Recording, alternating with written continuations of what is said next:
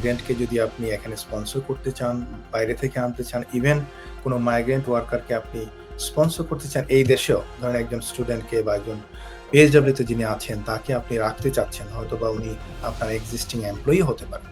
তো তাদেরকে যদি আপনি রাখতে চান, প্রথম কন্ডিশনই হচ্ছে যে আপনার স্পন্সরশিপ লাইসেন্সটা থাকতে হবে, অথবা একটা লিজ এগ্রিমেন্ট আছে আপনার রেস্টুরেন্টের, এইটা লাগবে। দ্বিতীয়ত, আপনি অবভিয়াসলি যেহেতু বিজনেস করছেন, আপনার বিজনেস ব্যাংক অ্যাকাউন্ট আছে। আপনার বিজনেস যদি আপনার একজনও যদি এমপ্লয়ি থাকে, আপনার অফকোর্স যে পেই রেফারেন্সটা আছে, পেই রেফারেন্স বা অ্যাকাউন্টস অফিস রেফারেন্স নাম্বার থাকে, এটা প্রত্যেকটা বিজনেসের জন্যই কিন্তু ম্যান্ডেটরি। এই জিনিসটা ভেরি, ভেরি ইম্পর্টেন্ট। যারা যে কোনো একটা খাবারের দোকান দিয়েই যদি মনে করে যে আমি শেফের জন্য অ্যাপ্লাই করে দিব, এটা কিন্তু it's not right. Stonebridge Legal Solutions Limited, your trusted immigration partner.